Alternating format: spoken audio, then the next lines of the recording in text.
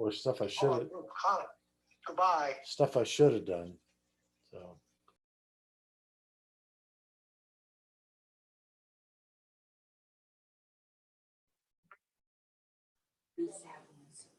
Verses 8. And consider what it took to drive this knife through meat and bones into the body of his See own. if that works. I don't know. We kind of wait and see if it's going to do anything. I guess. I don't know. Here is the breast.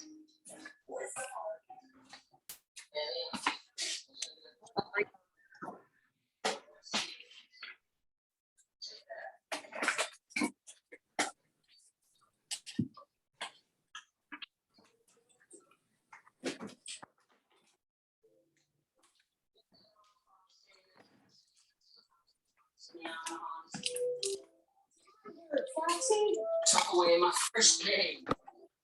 I could have let that moment define the whole experience. Don't let one bad moment make you think you're having a bad day or a bad life. You can't. So you don't get everything you want when you want it. Big deal. Curves in it. There's nothing wrong with that. Skinny rocks. We're gonna have ask folks to go ahead and mute yourselves for now.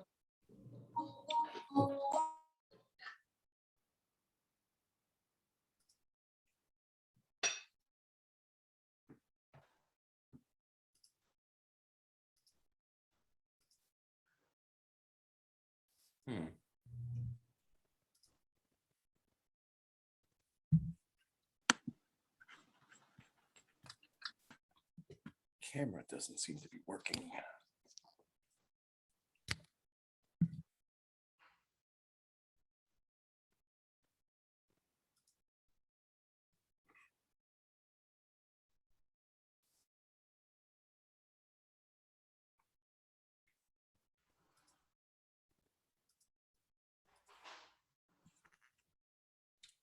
That's better. Not what I'm looking for.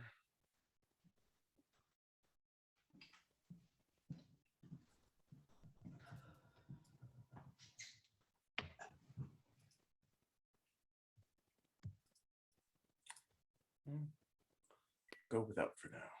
Let's see if I can get my screen going.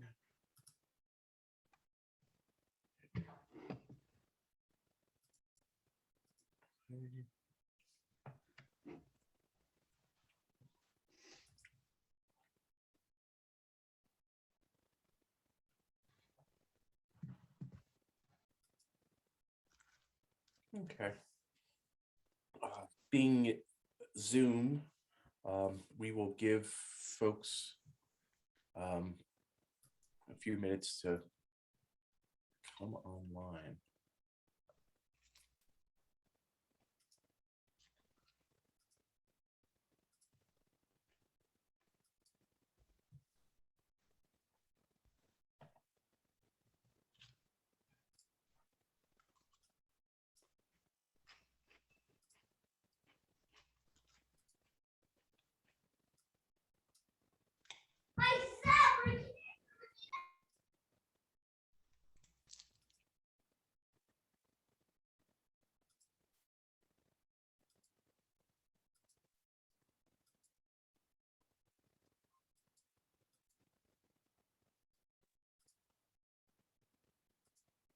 Oops.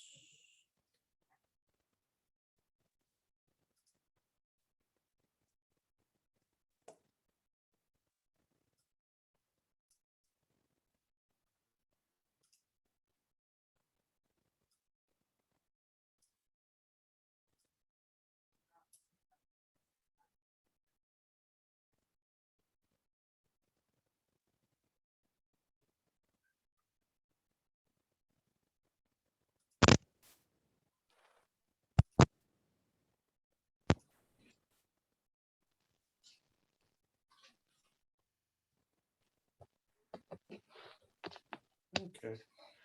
I should have some buzzing bees or something in the background, just so you know that we're live.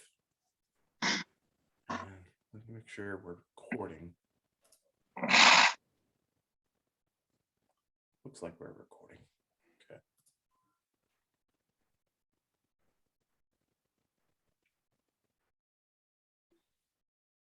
Okay, got about 30 people. We're going to go ahead, get started. Welcome everyone to the October meeting. Unfortunately, due to the weather and concerns about driving safety, especially mine, we decided to just have a pure Zoom meeting as opposed to simulcasting this in on Zoom as well as live in person. Our intentions are to meet in person on the last Tuesday of the month. So hopefully we'll do that beginning next month. Getting some feedback.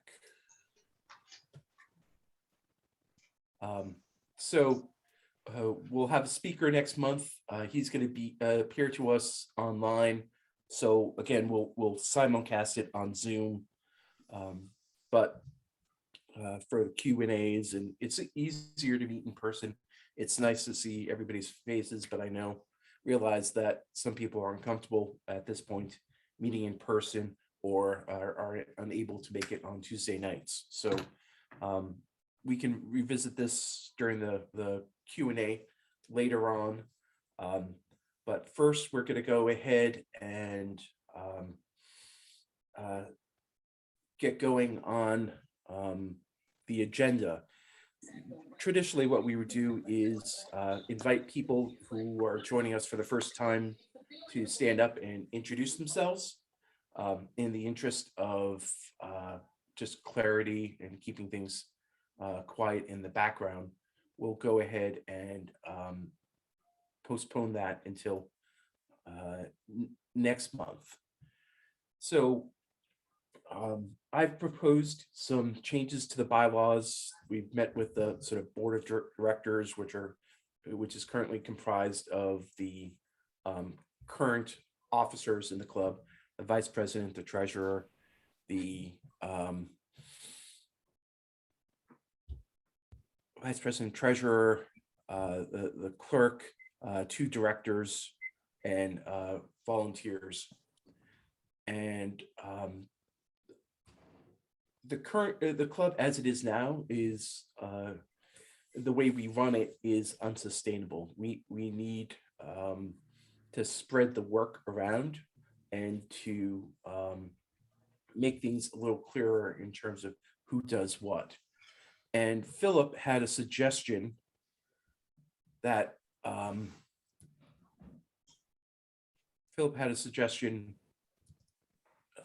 should still be sharing this, of letting people know what volunteer opportunities there are by letting them know what goes into the running of the club.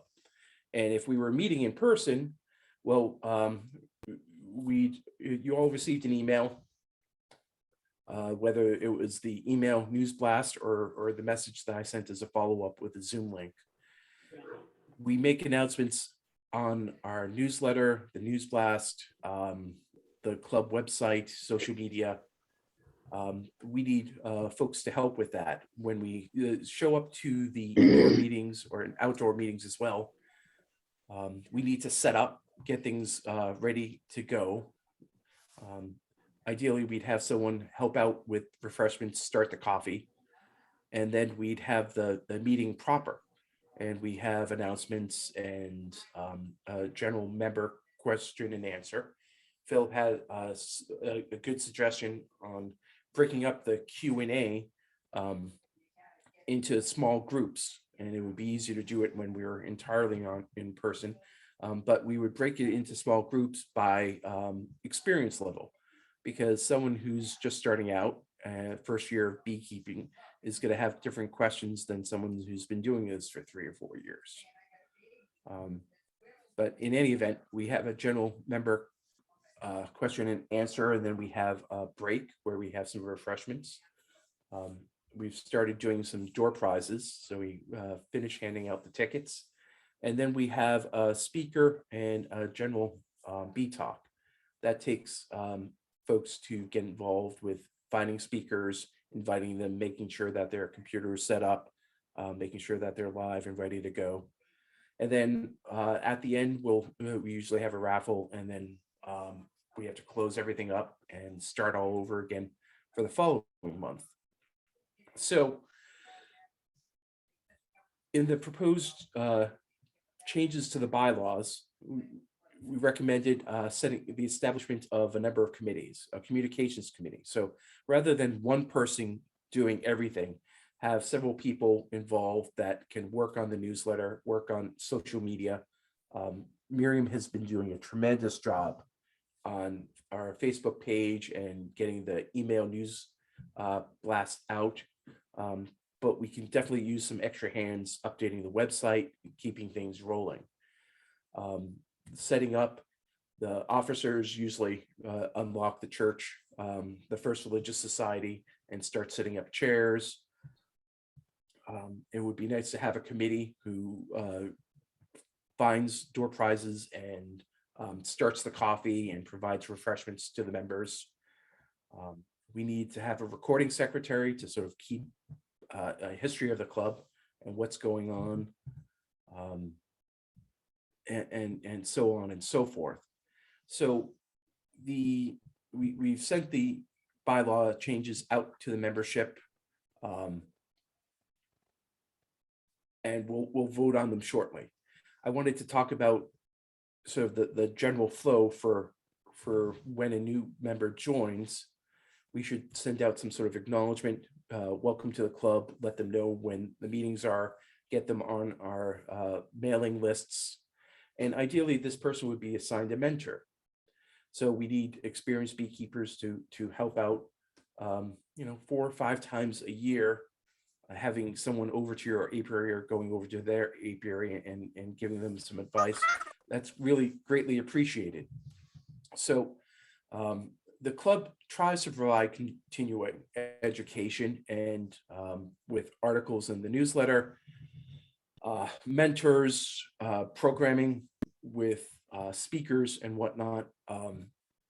Hopefully this new member will successfully over the winter their hive, collect some honey next year, and learn some more about beekeeping so that eventually they can mentor other people with a club, mentor new members.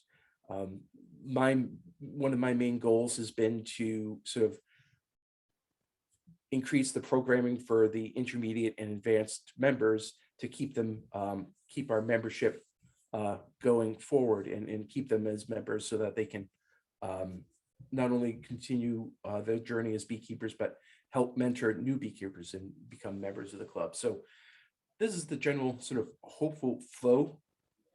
And for those of you who were online last month, you saw this. This is just sort of an overview of what we discussed. I thought that our meetings are up in Carlisle, and even though that's geographically near the center of Middlesex County, people have expressed interest in having member meetings elsewhere. So I think it would be good to keep and continue our relationship with the First Religious Society, but we should also consider, meeting once or twice down in Waltham or out in Hopkinton or Framingham or anywhere else. And we could do so. There are other clubs that meet monthly, year round. And then during the summer, they have hive openings as they normally would, but they still meet on whatever the Monday or Tuesday or Sunday night or whatever, and have speakers throughout the entire year. And we can discuss doing that. So just moving on, our current roles, and we have a few people doing lots and lots of work. And what I would like to do is the changes to the bylaw help to change what's and solidify the roles that people have now. And then we can also look at the establishment of some committees where, spending 15 or 20 minutes a month doesn't seem like a lot, and hopefully we all have a few minutes a month to contribute, but 3 or 4 people adding 15 or 20 minutes a month, that will make significant difference in the running of the club. In order to move forward, in order to be a vibrant club that helps and contributes to its members, I think these changes are necessary. It would be nice to have a couple people involved with finding speakers, reaching out to speakers, sending out emails, helping to plan the spring workshop, other events. We should start planning on our spring workshop right now. Who do we want? What topics do we want covered? Where are we going to hold it, et cetera, et cetera. Having 5 or 6 people working on that, it will be a great event. Communications.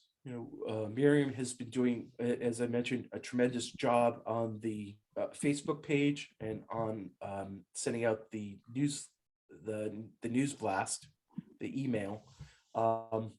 But we haven't had a quarterly newsletter for a year now. A number of people have expressed interest in helping out. And I believe another member has said that he would consider helping edit the newsletter. And we have a member who does graphic design. But it doesn't take a lot of work to find an article. Hey, this is really of interest. We should get this out to other members, put it on a Facebook page. If it goes onto the Facebook page, it can also go into the news blast, the email. And then it can also, if people are interested in having a newsletter, and we'll have this during the discussion following the vote. Do we need a newsletter? Should we have one? We could we need some help coordinating the calendar, both on our external website, public website, our internal website. Helping one person could coordinate and keep track of things and just forward it on to the membership. Kathy Martin does a wonderful job with our extractor, but we have an opportunity to possibly get another extractor or 2. And should we put those somewhere else in the county to make it easier for members to use during the year? Alex Barch does a great job with our swarm list, but we could always use more help keeping track of where swarms are coming from. Because if we start getting swarms, keeping track and we know where they're coming from, then we can always target those communities. If we get calls from every year from Belmont, well, then we can start targeting our communications with Belmont or whatever city or town that we get calls from. Other clubs have done this. We've started to do this in-house, is to have a door prize and a raffle. And that's a lot of fun.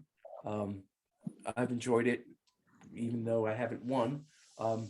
When I've gone off to Mass B or Worcester County or Norfolk County or Plymouth County. So it's something that I think the members would enjoy. And it just takes, hey, next time you go up to the colony, you grab an extra bottle of mead, or if you're going to Better Be, and there's that hive tool that John Cheatham really has used at past openings, and it's huge, and that looks really cool. I want to get one. Well, shipping and handling for 2 items rather than 1 is negligible if it changes at all. So we could use some help with a raffle committee.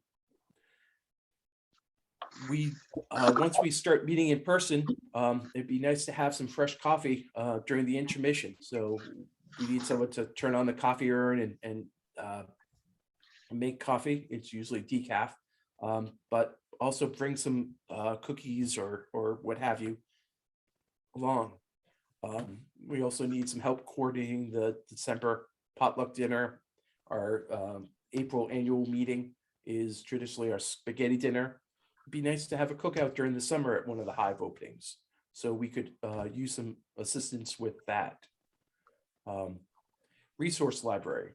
So I've been working with some of the public libraries in my area to try to get our collection established and placed so that you could borrow books or DVDs through interlibrary loan. And the good thing about the library system in Massachusetts is that no matter where you are, you can check a book out and get it through interlibrary loan. But we also need to be able to wade through the masses of information online and knowing what YouTube videos we recommend and can recommend for certain topics. That would be a great resource. What articles people should read, et cetera, et cetera. So we could use some help from experienced beekeepers working on that. I get calls often from elementary schools or garden clubs or libraries asking for programming. We're starved for content on our newsletter and our social media, and so is everybody else. So it'd be nice to have a few ambassadors from the club be trained and able to go out where we get requests from. So we can provide the training, we can provide educational resources for people to do so. We do ask for volunteers that are interested, and we also ask that you submit to a background check, because I'd feel better recommending people to be able to go into school to know that everything is above and above the board and everything's okay. We did t-shirts last year, or was it this year? I've lost track. And that is a fun, that was fun. It sort of binds the club together, and would be great to have someone, a team of people work on a design and coordinate with a publishing or getting those printed. Getting some book bags printed, a cap or visor of some sort. So we need assistance with that.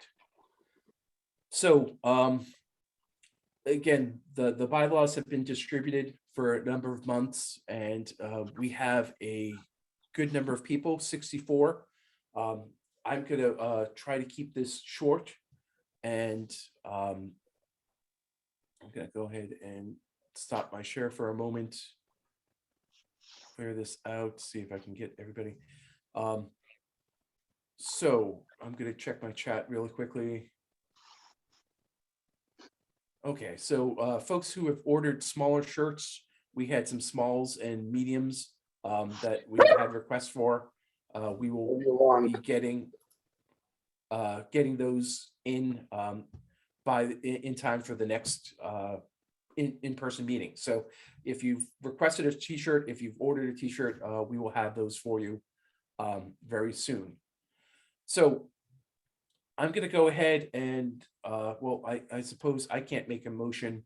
Is there a motion to approve the club bylaws as presented and distributed?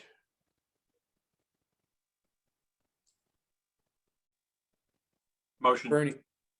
Okay. Motion. Is there, excellent, seconded.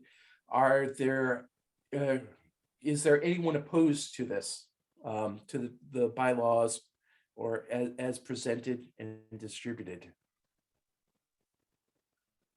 Everybody's on mute, so I can't tell. You can unmute yourselves for a moment and give me, everyone in favor? In favor. Yes. Aye. Aye. Any opposed? In favor. Aye. In favor. Excellent, thank you. Anyone opposed? In favor. Excellent, thank you, everyone. Is anyone opposed? Okay, I will say the ayes have it. Thank you very much. That piece of business is done. The club bylaws have been approved. Going on to so general discussion announcements.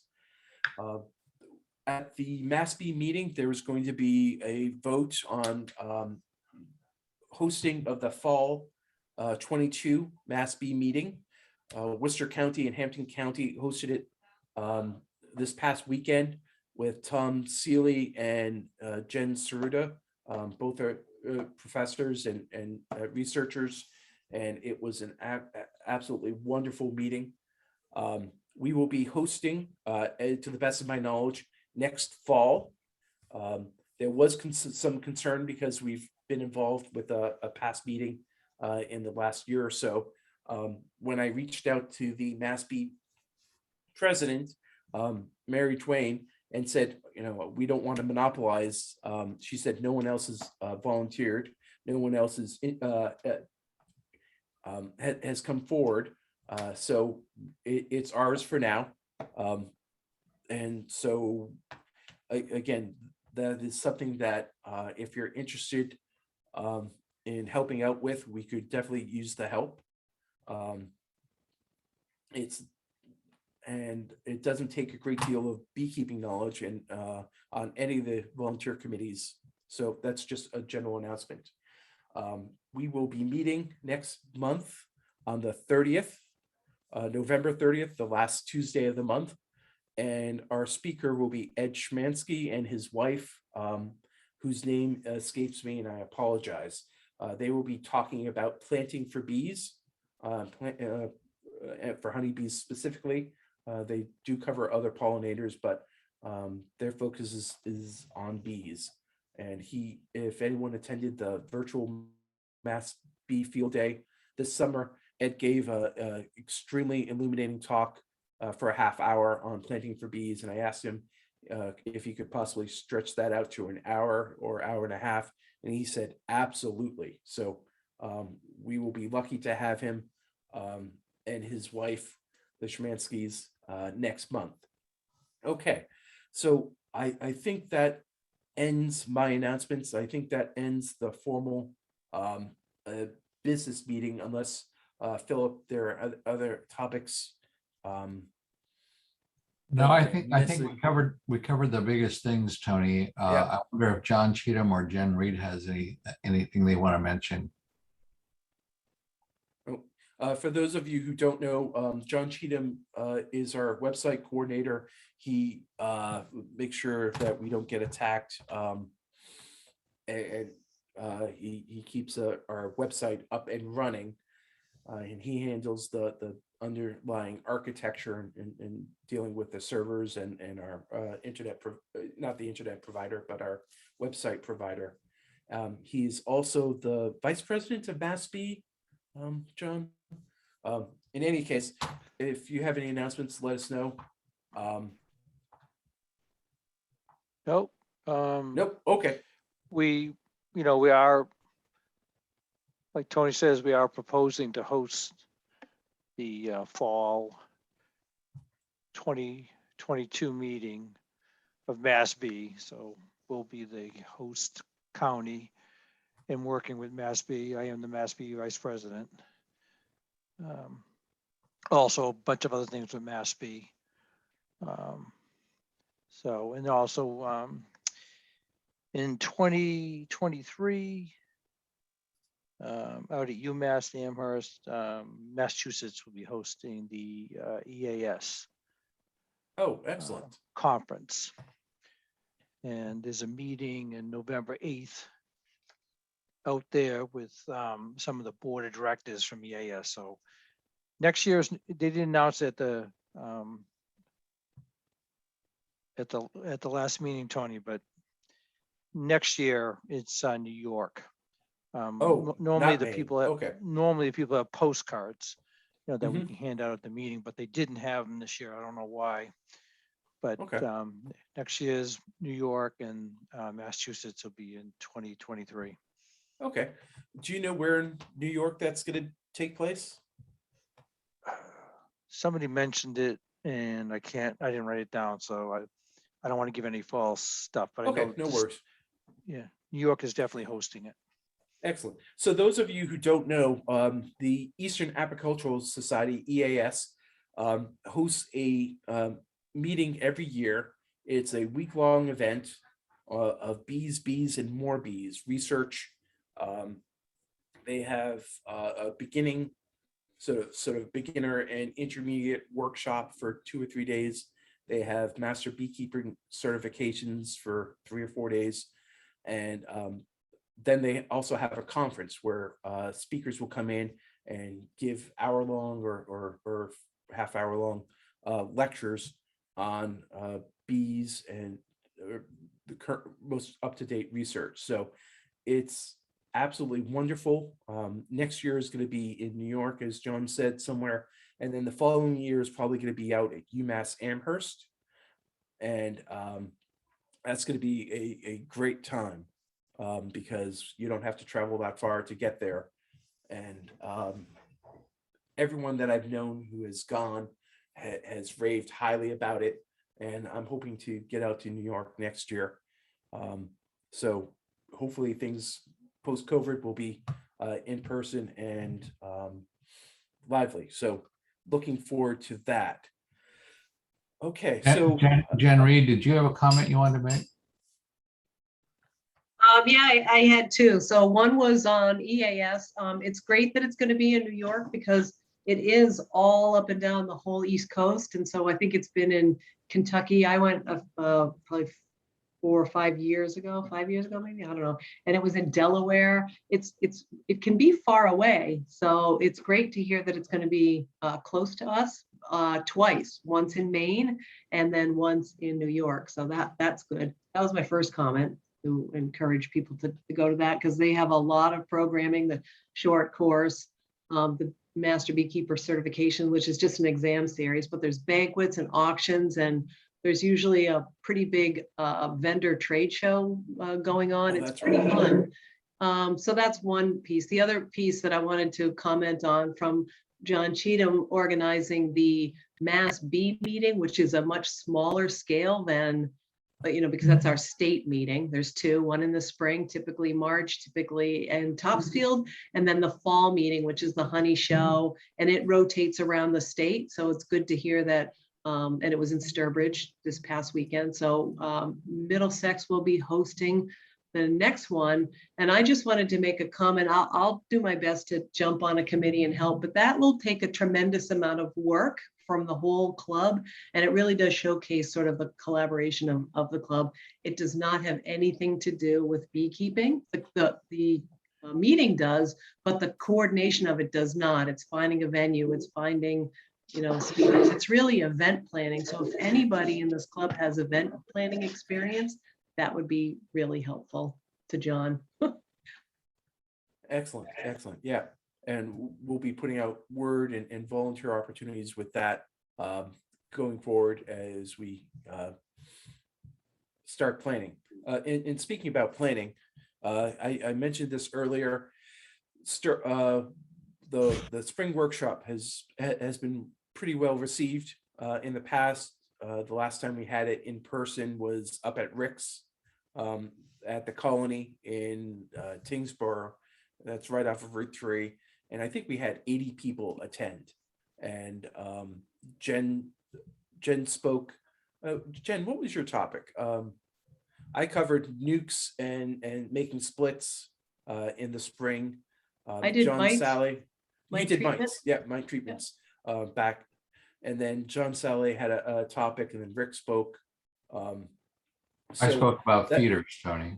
Well, you spoke just this past a couple weeks ago in September. I mean, in the spring workshop.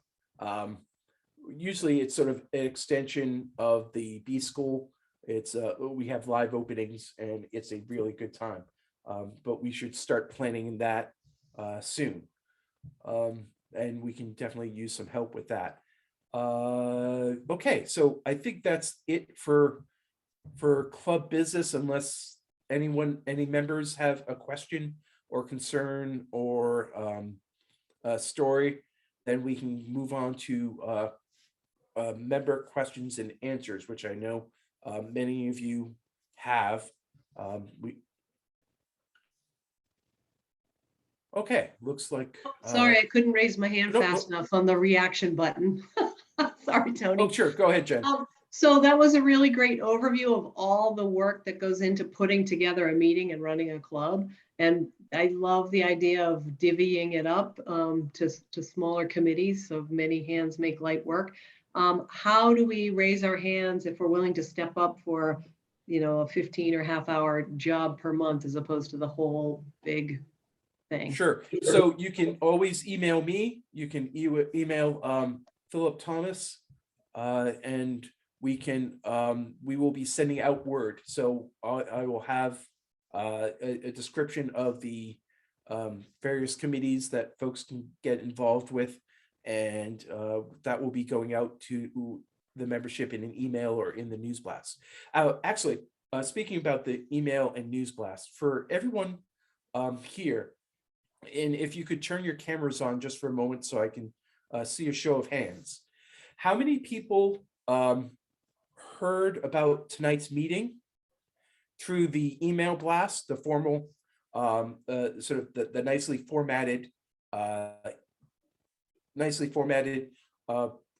thing that Miriam sent out? So just raise your hands up high if I could see folks. So it seems like a good number. I'd say about half to 3/4 of the folks.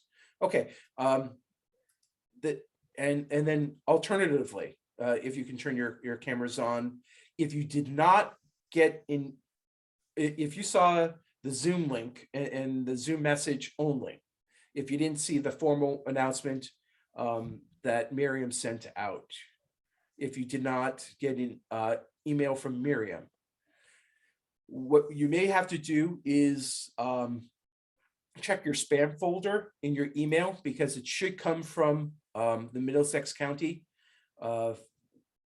It's a really nice formatted thing. What I will do tonight is send out a follow-up message with the what it looks like and what you should check your spam folders for, just to make sure that people are receiving it. Miriam's using some sort of program where she can tell how many people open the email, and she said it was about 50%. So I'm concerned that some people may not be receiving the email. It may be sort of routing weirdly in Google or whatever email program you may not that you may have. So I'll send that out tonight, just to make sure that you see what it should look like, because it's really nicely formatted. And there's a nice article by one of our members, David Soleil. And David, forgive me if I'm mispronouncing your name. Let me know how to pronounce it. He wrote a great article on fall preparations. So that is definitely worth reading and seeing. So I want to make sure that everyone gets that. Okay, so I think that winds my time up for club business. And now we can move on to questions and answers. I saw something in the chat from Jonathan Ash. Jonathan, I apologize for calling you out, but he's looking for a mentor in Westford, or the Westford area. And he's a first-year beekeeper, and he wants to ask a few questions about winter prep. Jonathan, you can ask us. We'll see if we can find a mentor for you. But in the meantime, why don't you go ahead and unmute yourself and ask away, because you were the first one to put it into the chat. So, hi everybody. Thanks for having me. First meeting. Just joined recently. First year with bees. Yeah, I was just trying to get ready for winter. I've been feeding a 2-to-1 ratio, and I've got a hive top feeder on doing that now, although I imagine that's coming to conclusion. I recently built a candy board and sort of a Vivaldi board. And my thought was I was probably going to go with I think it goes in this order: candy board, inner cover, and then I was going to have sort of a Vivaldi board with it's got holes on the front and the back. And I was gonna have burlap in there with my outer cover on top of that. I wasn't sure what I was gonna do in terms of wrapping with black paper, with roofing paper, or insulating. I'm just curious what the locals are doing. Thanks. And I did get a message from Joanne, and I was gonna email Joanne offline. Okay, excellent. Joanne will be good person to ask questions of. She's up at the Westford Community Gardens, if I remember correctly. And yeah, she'll be a great resource. So the question is, what sort of format should you be using going into winter? And that's unfortunately one of those loaded questions. And you probably heard this expression before, that if you ask 10 beekeepers a question, you'll get 11 different answers. There are people that do wrap, there are people that do insulate, there are people that do use bee cozies. There are folks that have the Vivaldi boards or the quilt boards, which they're also known as. Up above, there are people who have top openings or bottom openings only. That sort of runs the gamut. I think the most important thing, no matter what you do, it's most important to have a good population of bees. It's very important to have a healthy queen, and to have low mite counts. So healthy bees, a large population of them, low mite counts. And then following that, it would be good to have some sort of a windbreak. So above and beyond sort of wrapping or insulating, having some sort of shield from the northwest winds, which are cold and driving. So having your colony out in the middle of a field isn't as good as having it sort of next to the house or shielded with some hedges or snow, some sort of what is that, snow fence. So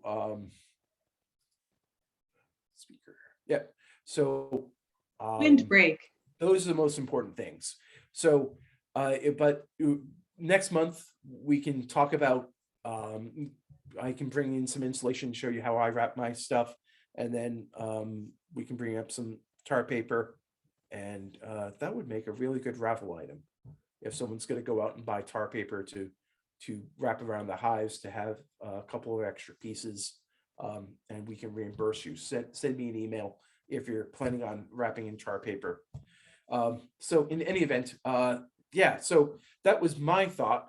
I'm going to yield the floor. Jen, what are your thoughts? Oh, I was just saying windbreak when you were talking about snow fence, right? Yeah. So providing a Yeah. windbreak is really helpful to the bees. And I know some people talk about, putting up bales of hay and straw around the hives. I would recommend not doing that, because that's really is a great house for mice. So a windbreak is great, the snow fence or anything. You can buy, somebody was telling me, oh, I know who it was Mike Garvey, I think, about getting like panel fencing inexpensively, although lumber is expensive, but he was buying like seconds or something of stockade fence to try to shelter the bees. That's very, very, very helpful.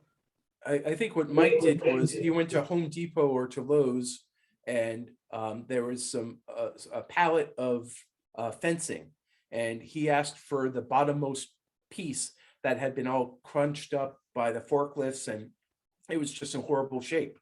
But in terms of fencing, a temporary fence over the winter for the bees, he bought 2 sections and made a V and put those behind his bees, and one side was facing north and the other side was facing west, and that's what he used as a windbreak. And I think he got those things for cheap. It was either Home Depot or Lowe's, or maybe he went to a fencing company, but he just asked them, what's the piece of crap that you're gonna about to throw out? I'll take it. Let me know how much you want for it. And the fencing company was happy to be rid of it, and having gotten rid of some unsightly stuff. And Mike had some very usable fencing. So I hope that answers your question, Jonathan. Tony, let me mention a couple of things too. Yeah, go ahead. The research has shown that about 70% of the heat in the hive goes out the top. So you need to have a good insulation at the top of your hive. So I think Jonathan was asking about putting some quilting materials in up there, and that's usually a good idea to help absorb moisture. But you need to research a little bit about, you ask 10 different beekeepers, they'll say 5 will say they need an upper entrance so that air can flow from the lower entrance throughout the upper entrance and not get overly humid inside the hive. And then 5 will say don't put an upper entrance in, so you'll have to sort that one out. But you do need to figure out a way to put a nice thick, maybe even 2-inch piece of insulation on the top of the hive, so that you can have you can preserve the heat that tends to rise up and exit out the hive. Anything you can do, as we've said, about breaking the wind, breaking down wind hazards would be helpful. Some people even put types of tape in the between the boxes just to I know the bees will propolize that a lot, but sometimes put tape around them to just keep once again a little more intact. So you have to think about keep helping preserve the heat within the hive, and also make sure that you're thinking about humidity in the hive. A little bit of water in the hive is actually good, to the bees will drink it, but you have to think about not letting it get too wet, because we all know that wet bees are not healthy bees.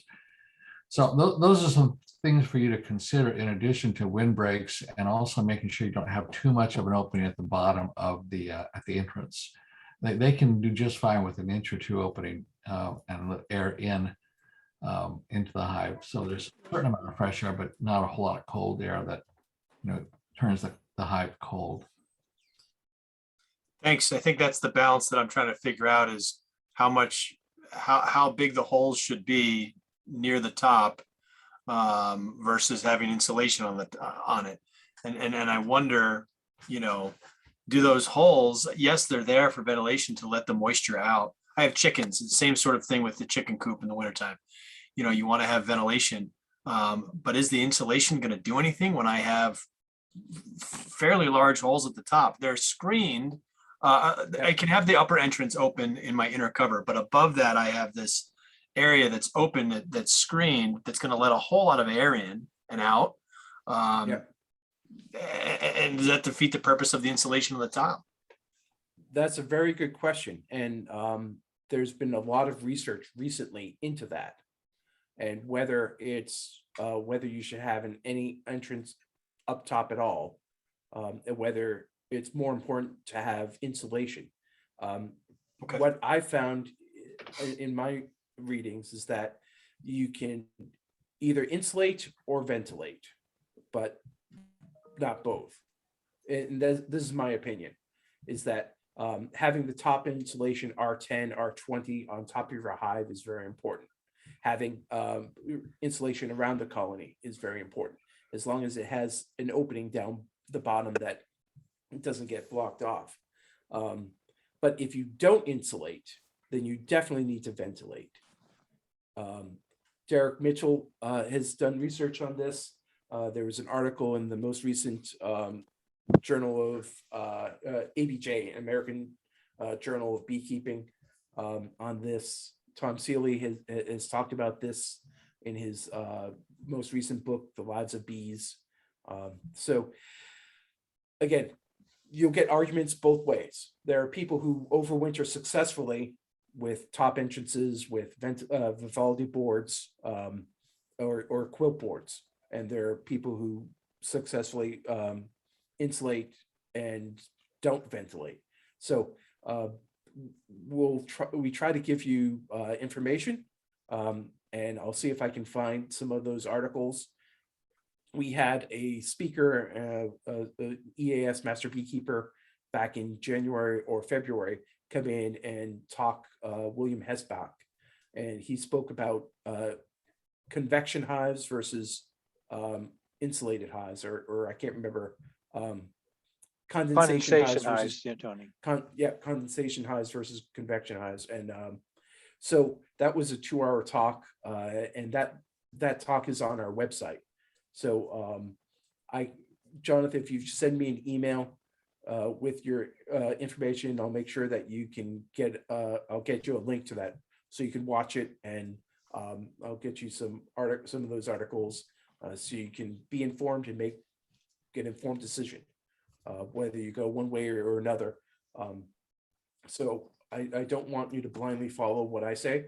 I want you to make an educated choice. So, Thanks, everyone. Yep. Okay, moving on. Bridget got some roofing paper from someone who was working on their roof and scored some extra paper to wrap her hives. That's awesome. If you see any roofers in your neighborhood, you can always see if they have any scraps as opposed to complete rolls.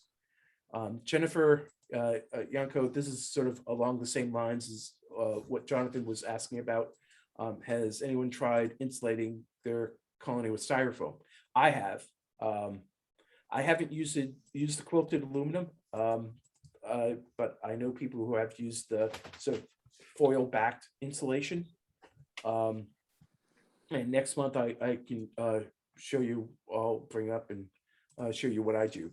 Traditionally, when you would start wrapping, you start insulating, you start doing everything, throwing on candy boards and whatnot, you would we do that, recommend doing that after Thanksgiving, sometime Thanksgiving weekend, early December, when it's cold, when the bees are clustering, and you can get out and move around about the colonies. But at this point, we could still, I ideally hope we have a couple more warm days, but it's not too cold, and it's really not as necessary right now. But I can show you, and we'll have cameras set up. Tony, let me mention too. Yep. Everyone, I hope everyone has been paying attention to the volume of honey in your upper boxes, as well as providing additional syrup or other form of feeding for your bees over the last few weeks. If you haven't, there's still a little bit of time left to do that. Just make sure that they have enough for winter, and you can kind of tilt your upper box and see how heavy it feels. If it's kind of light, that can be problematic for your bees. That box should be pretty heavy at this point. So you need to be serious about checking, and also you need to be probably treating for varroa with maybe oxalic acid vaporization probably in the next couple of weeks. And there's a lot of discussion going on at University of Georgia and other places about the proper way to treat with oxalic acid vaporization. And they're now thinking that you would do it maybe 4 or 5 days apart, 4 or 5 times. So feed your bees, treat for varroa, and you'll have a good spring surprise for you when your bees are thriving. Yep. Any questions on that? Raise your hand if you've got a question, or let us know and we'll talk more about it. Melanie, did you have a question? Hi there. So this is my first year beekeeping, and I did come to the meeting a little late, so I apologize if this was already addressed, but how do you know when to stop feeding? I mean, I guess that there's an issue, right, of adding too much condensation and they can't, dehydrate it, not dehydrate, condense it enough or whatever to make honey. How do we know when to stop? Typically, you would stop this time of year, but Tony, why don't you go ahead and answer? No, I was just going to say, in a traditional year, we would normally stop sometime mid-October to end of October. We were graced with some extra warm weather, so you can keep your. I'd probably say another week or two. It would be safe, and not getting too late into the season. And just to follow up with what Philip said, definitely check your colonies. Give them a heft, find out how heavy they are. I had one colony I didn't bother feeding. They were strong. This was the last time I checked in, it must have been mid-September. and I went out, I think last week, and they were light. You know, it's warm. There's not a lot going on outside. There's lots of foragers still around, and boy, did they start going through their stores. So if you thought you were fine, you may not be. Please check your colonies. Keep in mind, there's been a lot of rain. We all know about the rain this year. It's happening right now. So that's washing away the pollen. It's washing away the nectar. It's been doing this off and on for months now. So a lot of people are feeding their bees everything the bees will take, as much as they'll take, and they're taking down half a gallon every 4 days or a gallon in every week.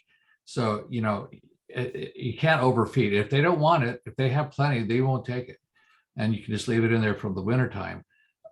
But you know, you need to make sure that they're well fed going into November, and that you do have a mite treatment in November, and it'll make a big difference in the spring, Melanie. Yep, definitely. And just to follow up with and I did do Phil said. Oh, I'm sorry. Go ahead. Oh no, just to follow up with Phil said. I think it's safe to have liquid feed the syrup in for another week or two, maybe 3 at the most. But after that, you do want to pull your feeders out. You don't want them in December, January, February. But you can dry feed at that point. Right. Yeah. Okay. Thank you. The candy boards, the candy bricks, and we'll go over this at the November meeting as well. Thank you so much. Oh, you're very welcome. Sure, please go ahead. Oh, someone had a question. Daphne, did you have a question? I do. I found some hive beetle and hive beetle larvae in my hive, so I had to take out about 4 frames. I thought I had plenty of stores, but I had to take out a large amount, and I put them in the freezer, but I don't know, can I give them back or? Yes, absolutely. Some of it was a little goopy. Is it okay to give them that back as well? Goopy meaning, was it like starting to ferment? Did the beetles get into it and rotten it out and spoil I think so. You know, the cells were open, but other ones were just fine. So I can give them back, the ones that I removed and froze that were still capped and still looking good. Yes. Yeah, the other ones look kind of slimy. Okay, Absolutely. great, thank you. Okay, the ones that are kind of slimy, you don't want to, you want to get rid of those. Okay, I'll just throw them away. Throw them away. Yeah, I would get rid of those. And if it's just slimy in one section, I would throw it into the freezer and then take it out after 2 days, and then just, you know, scrape away the slimy area. You know, if it's just one section, if it's throughout the entire frame, then no, just chuck that out. Hive beetles have been a big problem this year for some reason. Yeah. Parts of the area. I know. Wax moth, very bad. And then if that hive is still really weak in a few weeks, you know, they don't have enough food, they don't have a lot of brood, can I put those frames, can I migrate them over to the other hive and use newspaper in between them? Or because they had the hive beetles, should I not do that? When you say migrate those frames, do you mean migrate the honey frames that were in the freezer? No, I mean the migrate the bees. colony or the bees. I may migrate the colony. I would, at this point, no. No, okay. If you have a stronger colony and you have a weaker colony, the one thing you don't want to do is bring any headaches from the weaker colony onto your stronger colony. Okay. We talk about this in the club a lot, and it sounds really dispassionate and horrible, but you should take your losses now. If you have a smaller colony, weaker colony that doesn't have any stores, if it doesn't have any, you know, if it's infested with wax moth larvae, if it has lots of small hive beetles, don't give that headache onto your other colony. Keep them apart. Take the loss. Just you know, it's small colony. Take those frames out, freeze them. Once all the bees die, freeze them, and then, you know, use them next year to establish a new colony. What you don't want to do is have one good, one bad, and then end up with just, this is going to be a problem over the winter. Okay, that's my thank thought. you. Thanks. That sounds like sound advice. Thank you. Sure. So Urania had a question about prepping their Appa hives. So Urania, what I would suggest is doing exactly what everybody else is doing. If I remember correctly, I came out to your apiary and took a look at your hives. They are protected from the wind. They're secluded over by the that fence and covered by trees and backed by trees, so that you have a windbreak in place. That's good. You should be making sure that your treatments are current, that the bees are healthy, that they have lots of stores. But for those of you who don't know, the Appa hive is a sort of a variation on a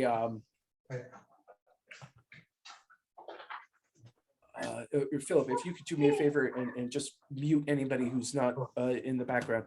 So the Appa Hive is a hive from Turkey, and it's basically a Langstroth design, but it's made out of plastic and it has insulation in it. So I don't know if it's an R5 or R7 along the walls, and everything sort of clamps together.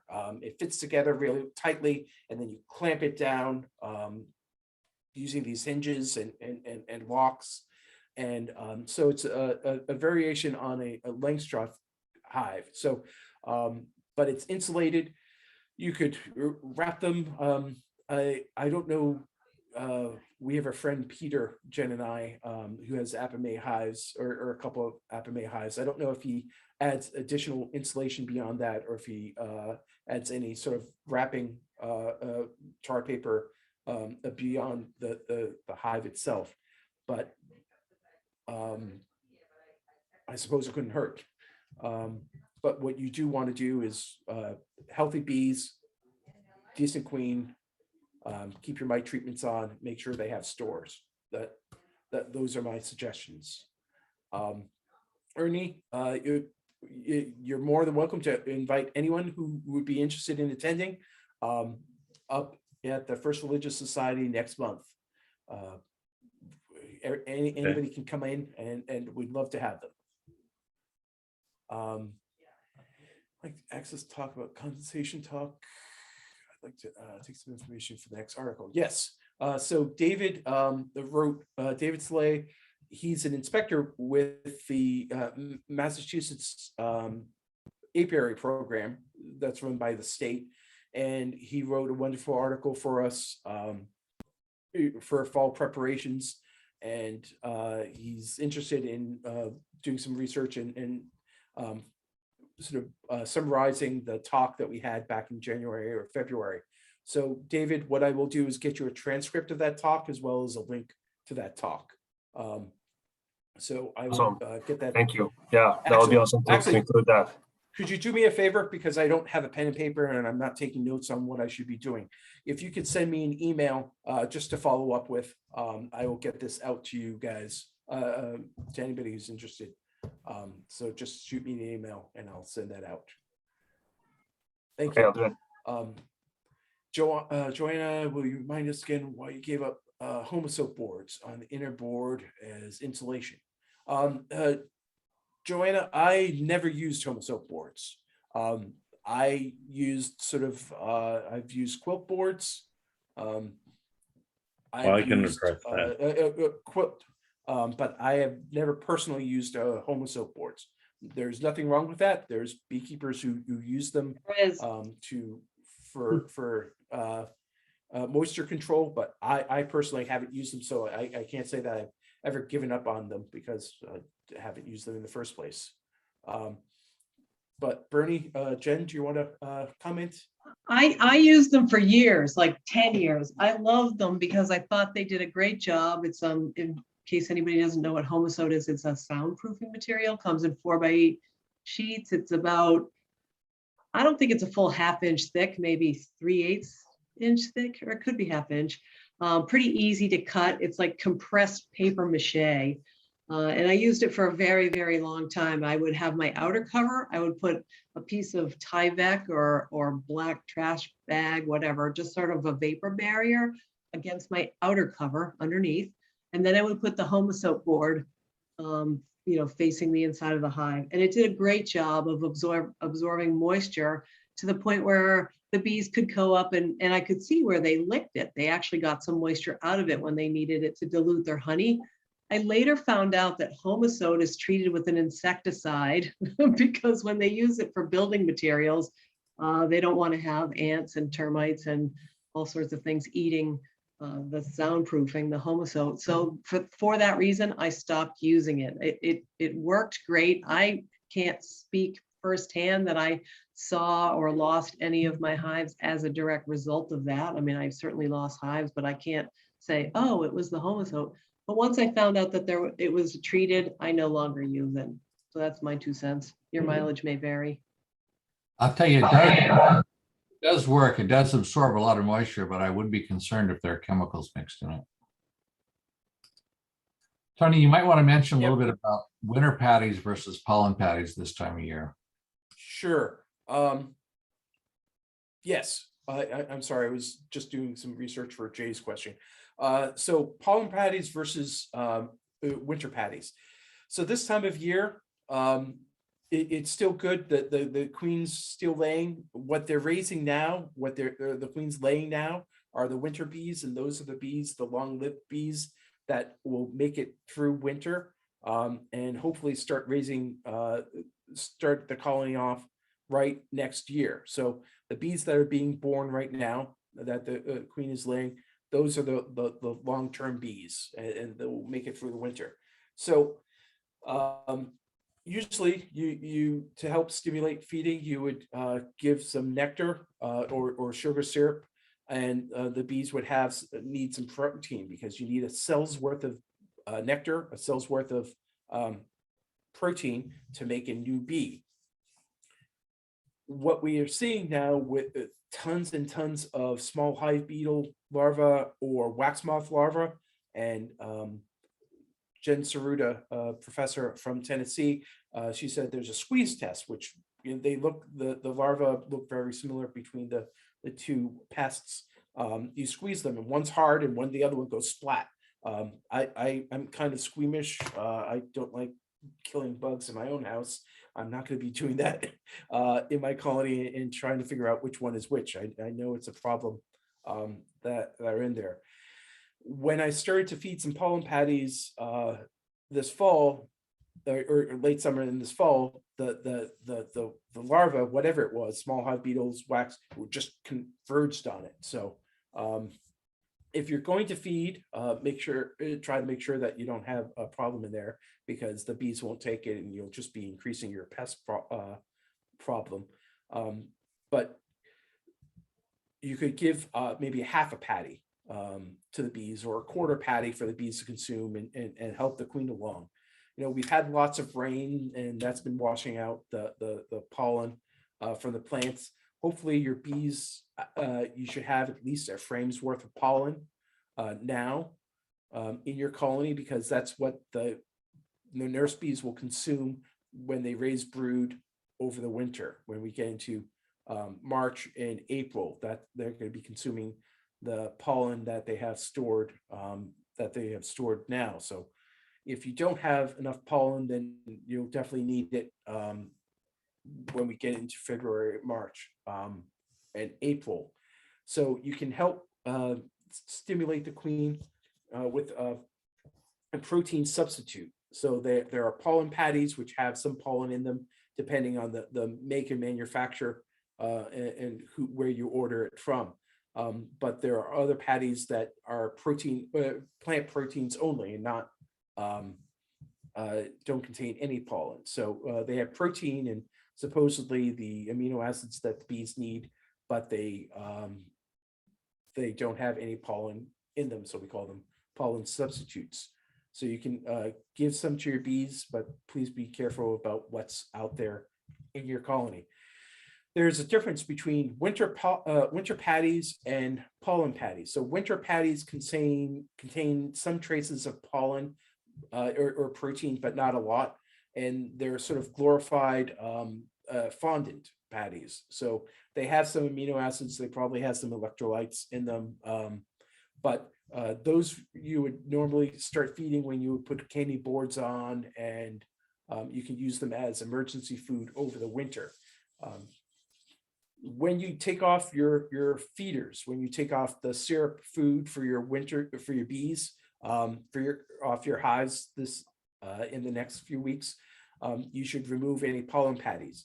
When it gets too cold for the bees to go out and take cleansing flights, when they go out and defecate and purge their alimentary canals, it's going to start getting too cold for them to do that. Pollen and protein makes them want to go out and relieve themselves. So when you remove your syrups and your when you remove the syrup from your colonies, you should remove any protein, pollen patties, pollen substitutes from your colonies. That would be my recommendation. And they then, need carbs in the wintertime more than protein. Say again? They need carbs more as we go into. Yeah. Carbs are much more important now than protein. They should have some protein stored in pollen in the colony, and they need the carbs because the carbs are what they're going to use to power their flight muscles and to vibrate them and shiver and generate heat. And that's what they need to survive over the winter is energy to do so. So that's the difference between protein patties and winter patties and when you should take them off. You can buy winter patties from Better Be or Dadant, and maybe even Man Lake. There's been a lot of testing done. Fred Dunn has done some research work, and others have done some work. Randy Oliver's done some work comparing different types of patties that you can buy as to what is their recipe, what is the real makeup, and I would recommend you get patties from recognized sources, such as Better Be. The one that Randy Oliver tested ended up being the same patty that Better Be sells, and so I think it's a really well-established, high-quality patty that's perfect for this time of year. Yeah, what you don't want to do is buy it from some third-rate eBay seller, and you have no idea what's in there. Buying it from a noted seller, the big mail order catalogs, Man Lake, Dadant, Better Be, or up at the colony if you're in person and up that way. Those are the places to buy it from, those reputable dealers, and they sell good stuff. What you can buy elsewhere, I wouldn't recommend. Nor would I recommend buying pollen from anywhere and feeding that to your bees. It's better to give them a artificial stuff or the formulated stuff as opposed to real pollen. And we can discuss that later when we get into when you would start feeding pollen. But going sort of further afield as opposed to this time of year. Jay asked, is it too late to move brood down to your lower box?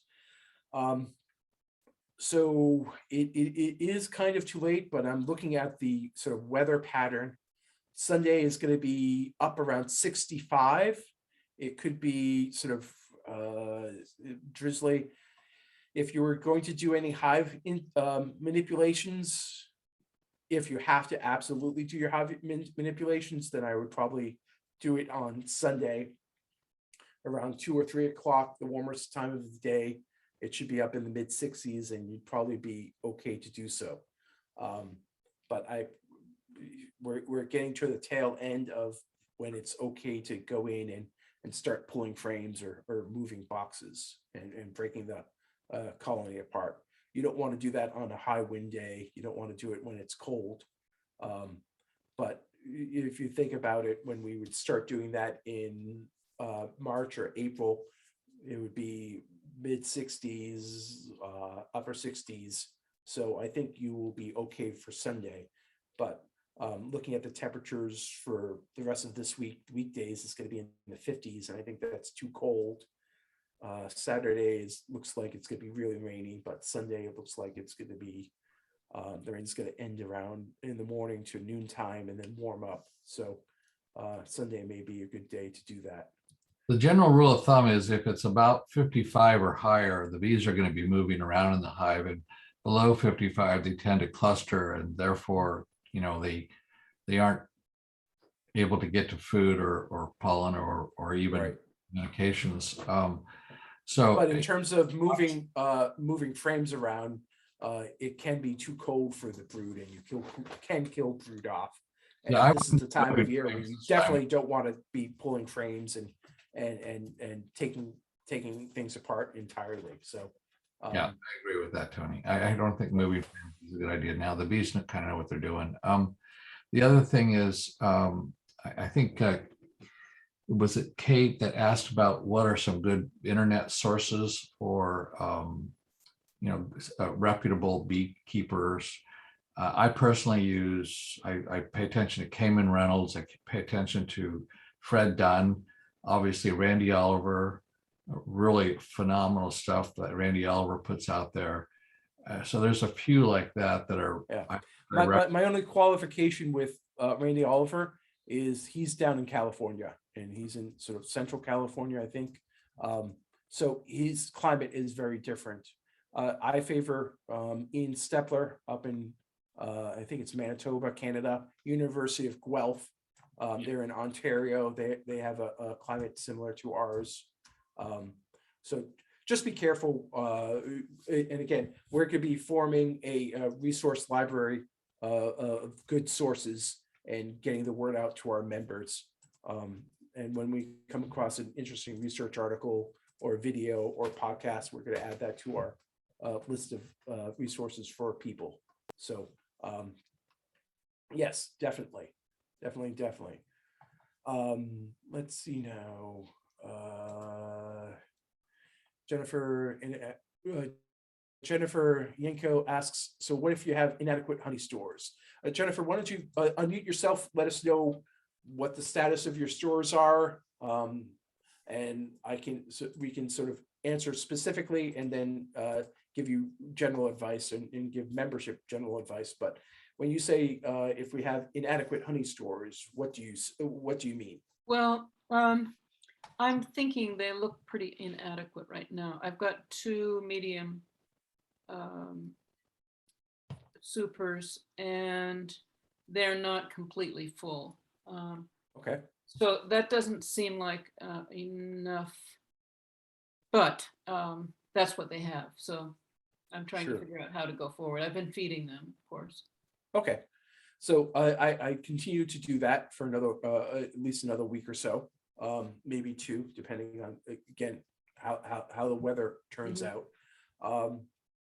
So ideally, and for folks that run deeps, you would have a deep on the bottom where your brood is and some honey on the sides, and a deep's worth of honey up above them.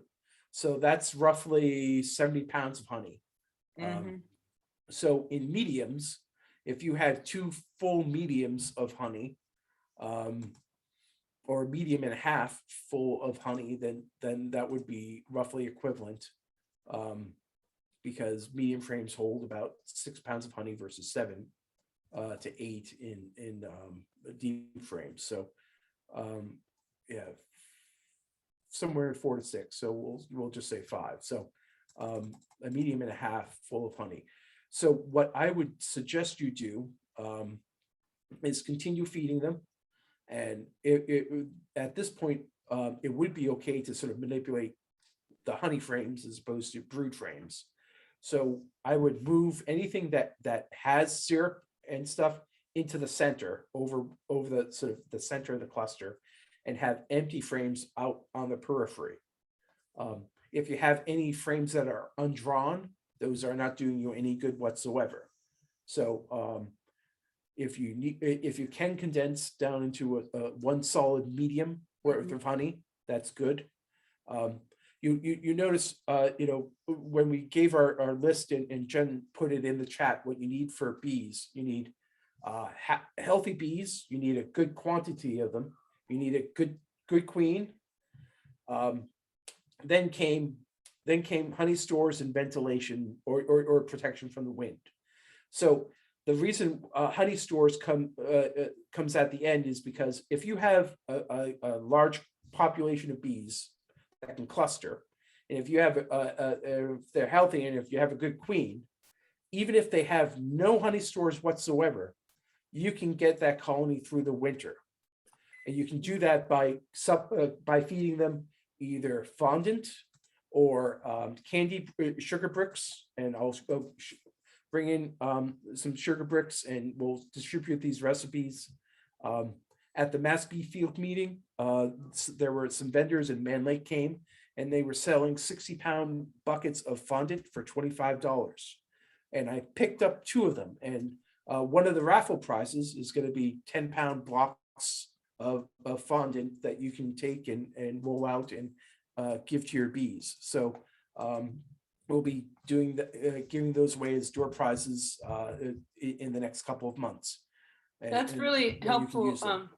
I had gone through the 2 supers and I marked each frame, for the one from 1 to 5, like how much honey was in, so that I could condense it into one box, which seemed to me that might be better because some of those frames are only partially drawn, and it seemed to me that would be a problem in the winter in terms of them staying warm. Does that make sense to consolidate the 2 boxes?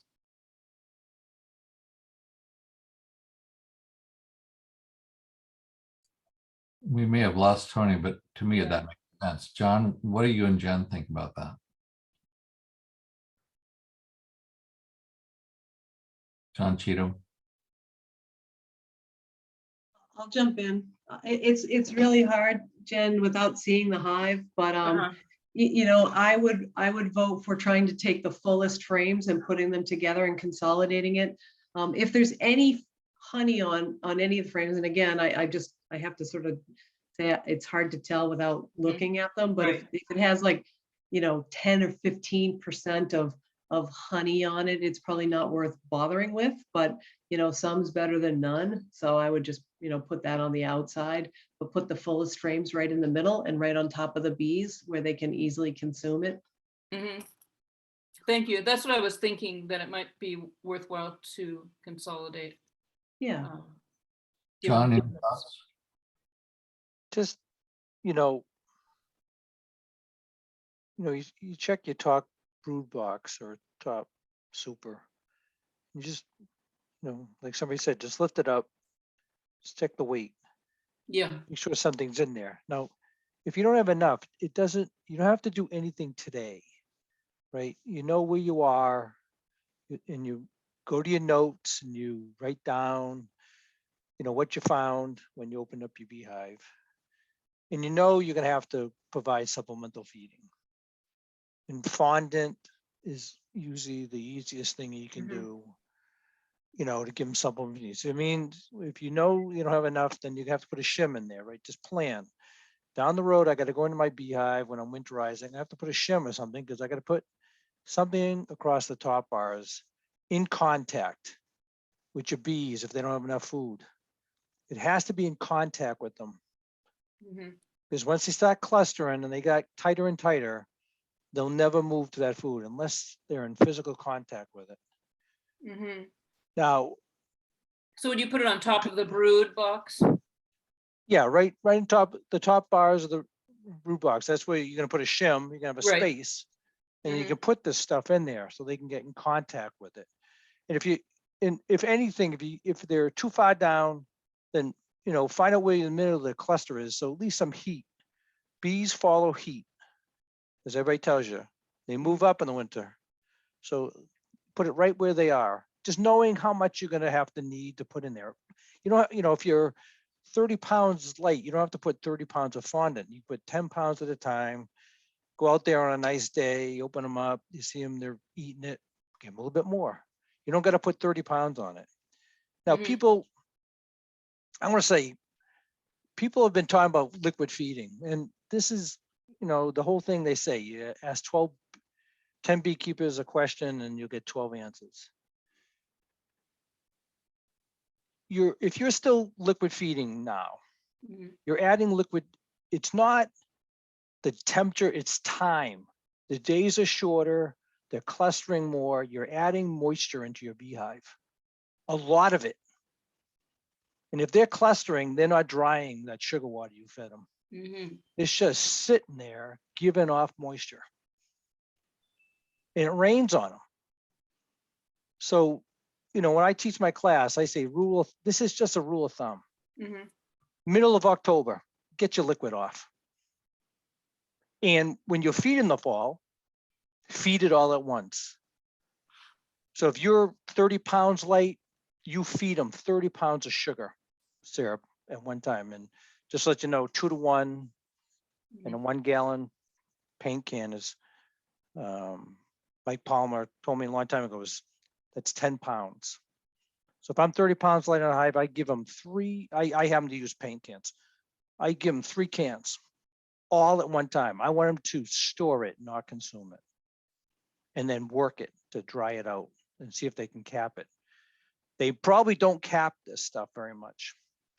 But once they dry it out, it's dry. So it's like however you want to, you know, if Tony wants, if somebody tells you keep on feeding, I'd be like, the days are shorter. We get a cold spell, you're gonna have a lot of moisture in your beehive. And you're gonna have, you know, you'll kill your bees, right? So cold won't kill bees. Wet cold in your beehive will kill your bees. So that's just my opinion and 2 cents on that. No, thank you. Thank Somebody you. had pollen patties in your beehive. I would guarantee you 100%, if I went through 100 beehives, 95 of them have stopped the queen from laying. She's not laying this time of year. Your winter bees are hatched out already, or pretty close, hatched out. Done. Don't feed them pollen. If you have a hive beetle problem, they love patties because they can hide in them. That's true. And they love patties. I don't care if it's pollen or other, whatever. They just love to go in that stuff and say, thank you very much. Here we are. John, do you want to clarify where the shim goes? There's a question in the chat, so I think there's some confusion. Okay, so you go to your top super. The last top super you're going to leave on over your winter hive, right? I happen to run 2 deeps. Maybe you're running a single deep, or maybe you're running 3 mediums, right? You can buy these, you can make or buy these shims. They're usually, I don't know what they are, 1.25 inches high, right? So then normally your inner cover go on top of the shim, and then your outer cover, right? So now you have a gap between your inner cover and the top of your frames, whatever size frames you're in. Yeah, Right? yeah. So that was the point that was in the question. They were confused about putting the shim on the brood and then the honey box. No. Put the food on the brood, and the shim goes on top of everything. And then if everything they else, so that gives you their way up through their honey super, and which should be the first choice, the healthy choice is their honey. Yep. The second choice is then sucrose. Your emergency feeding. Right. And Beverly, I run candy boards on my beehives. And Beverly Bees, who Jen, you know very well, we all know, she has a whole good article on that. And I usually run it historically, and it's every hive is like a different child. So I usually run 8-pound candy boards. But the candy boards I have, the shims I have from, I think they're from Better Bee or whatever, they can hold 16 pounds. But I find that I'll give them an 8-pound. And if they, if I have a bad year, whatever, like you said, we had a lot of rain. You'd think a lot of rain this year was positive, but it was actually a negative. A lot of people are finding their colonies light, and you had to run in there and feed them. And, the rain washed away nectar and pollen, didn't help us. It actually was a negative. But, I run 8-pound candy boards on one of my weaker colonies. What I think is weak as far as food stores, let's say. And then if they need more, I can make more candy. Just lift the cover up, slide it in there, make sure it contacts the cluster. This is probably in February, and then, that I'm all set.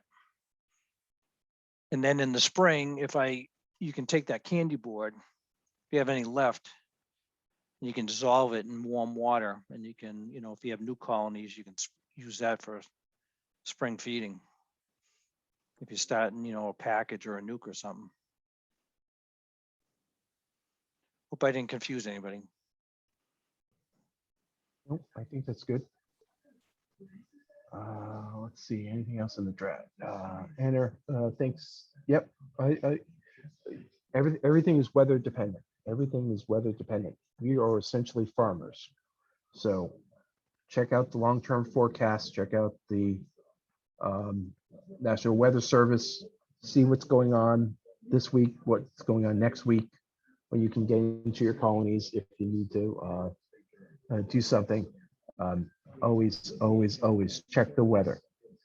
So remind us again, I'm sorry, I've lost internet connection for a minute, so I'm a little discombobulated. I changed my location, and so I'm catching up. Preference for sugar board versus fondant. So John just went over. He likes the Candy boards. Candy board, the sugar boards. Candy boards, I don't have to. Yeah. I don't have to. It's just candy boards. You're just taking water. It's a very dry, mixture you're making, right? There's no boiling. There's no chance of any kind of reaction. It's just tap water.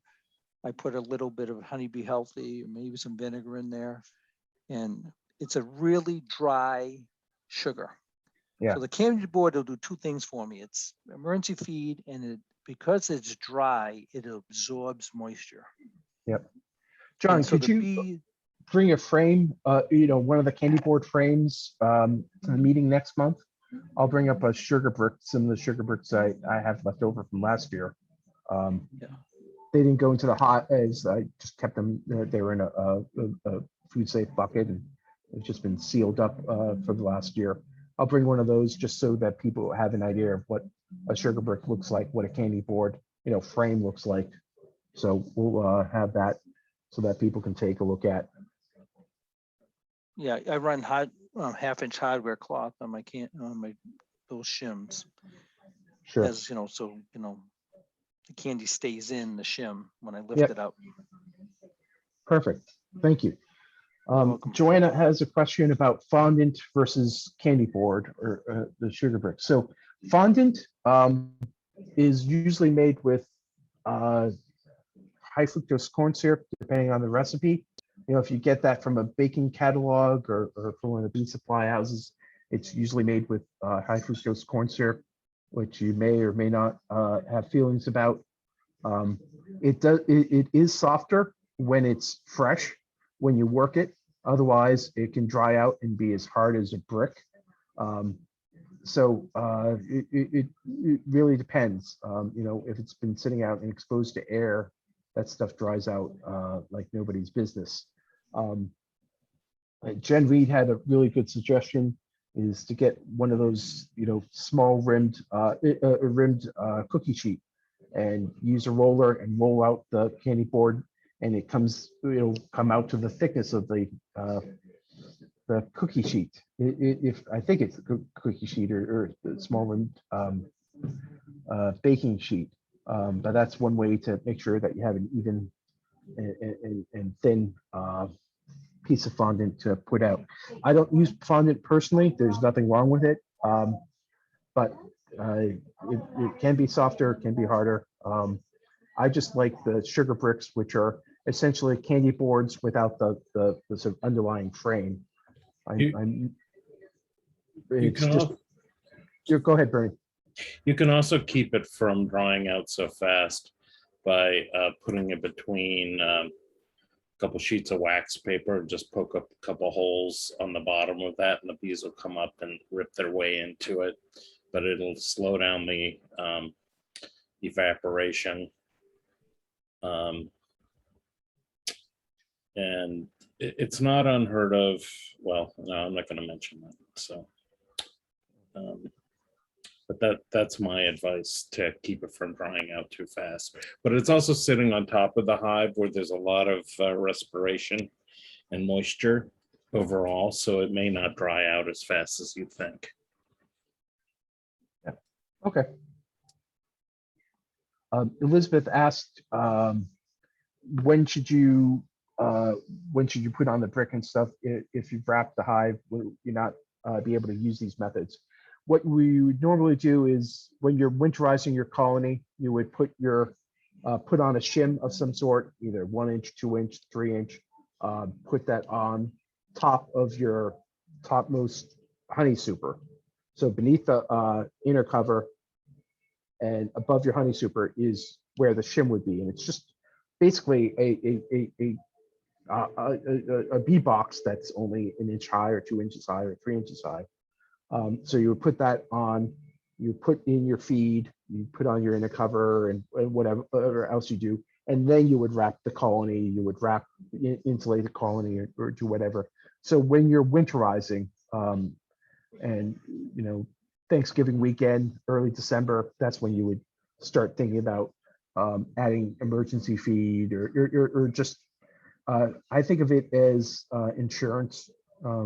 It's there if you need it, if the bees need it, but if they don't, then the stuff just sits there and you can, like John said, take it out, dissolve it in water and feed it back to the bees in the spring. Or if you had some extra bricks and didn't put them on, you can put them in a bucket, food safe bucket like I did, and keep them in your garage and seal them up for another year. Sugar is cheap to make this stuff. It's more expensive now. It used to be 46 cents and now it's 56 cents, but that's still relatively inexpensive. And you can make up a batch with 5 pounds or 10 pounds of sugar and make a nice candy board for each of your colonies. So I think John said that they were 8 pounds each. So you multiply that out by however many colonies you have and go buy a 50-pound bag of sugar from Costco or BJ's or wherever. John, do you have a question?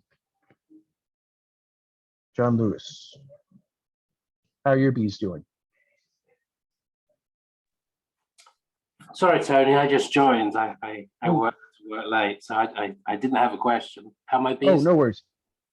Well, I'm in Littleton, and I'm anxiously watching. Well, my wife is watching Facebook to find out where the bear is. This year, last year, no bear attack. My hives were no honey this year, very low. Yeah. And I followed the advice from last year, really, which was like, I think I caught the tail end of this, feed them like crazy. Just swamp them with sugar water. Yeah. 2-to-1 mix. I was buying 10-pound bags from Market Basket. Yeah. I did this for a couple of weeks, just loaded it on, and then I opened them up, and it worked. They had stored the honey. So the hives are now loaded with, well, not honey, sugar water. Previously, I treated them. So they're treated, they're fed. And now I've just moved to like a sustaining feeding. So I'm putting like a couple of, pickling jars full of syrup on top of them a week. My thought being that they'll feed from these instead of taking from the stores. Yep. So because of this warm weather and there's nothing out there for them, I'm just trying to give them a little bit of feed to keep them going. Yep. I did struggle with, I don't have 7 frames double-sided brood in there. That seemed a little excessive from your meeting notes. Not too bad, especially for Italians, and bigger is always better. I'd rather go into winter with more bees than fewer bees. Yeah, I probably have 3 frames or so with brood in them. But yeah, so I'm looking good for the winter. Oh, good, excellent. Taking your advice from last year. Good. I'm glad it worked out. That's always. Yeah. I know what I'm talking about. It's always heartening. I will tell you what I've done wrong, though. Let me tell you what I've done wrong, and that is, I've been doing it for a few years now. One of your advice that I've ignored, to my detriment, I believe, is changing out old frames. Hmm. And I'm looking at my frames and they're ugly. And so that's, what will I do differently in 2022? I'm going to be more proactive in taking out old frames and putting in new ones. Yeah. Two a year. Over the course of 5 years, you'll have, brand new frames. And when we talk about swapping out frames and putting in new frames for the bees to draw out, the queens always seem to do better on freshly drawn wax, as opposed to older, the deep brown comb. And we're talking about the brood area. Generally speaking, if you don't have the queen's not laying in your honey supers, you can use those frames over and over. But down in the brood area is where you want to have a nice continual flow of fresh. Yeah, so what we're Fresh thinking, I've frames. been lazy doing it, and one thing I've actually noticed is that the bees will take out the old wax. Hmm. I don't know if you've seen that happen. They will I chew have- out the wax and replace it. I have not seen that. But given the reason we want to do this is because we believe the wax is toxic to them. Yes. It's probably not a good thing. Yeah. But yeah, they definitely replace the wax. Excellent. Okay, anyone else? We're 8:40. We didn't take our traditional break. We had a decently, unfortunately, too long business meeting, but now's the time to ask questions. Unfortunately, not many of us get onto the, I'm not on Facebook, and I'm not on, don't get into the, members only forum to answer questions. So now's the time. If you have any interesting anecdotes about your bees, if you have questions, ask now. We've got a whole lot of experienced beekeepers that can try to help you out and sort you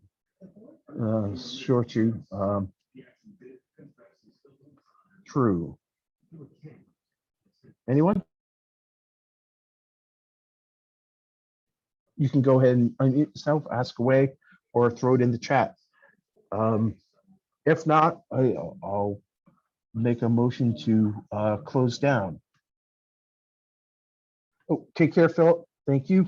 Thank you for your help this evening. Okay, so questions going once, going twice. Pat said THAB. Oh, is that a thank you? And you. the meeting, the date next month is June. June. November, Yay! November. Yeah.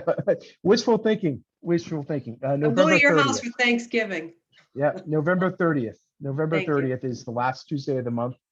There was a typo in the message that Miriam sent out. We're no longer meeting on the fourth Friday. I thought it would be easiest, whatever the last Tuesday of the month is, last Tuesday in the calendar, that's when we'll be meeting. Alright. And again, this is an experiment on my part. I thought more people could attend on Tuesday nights than on Friday nights. I'm always looking forward to the weekend. So we can revisit this in another month or two and say, hey, Tuesdays aren't working. I'd like to go back to Fridays. We can do that.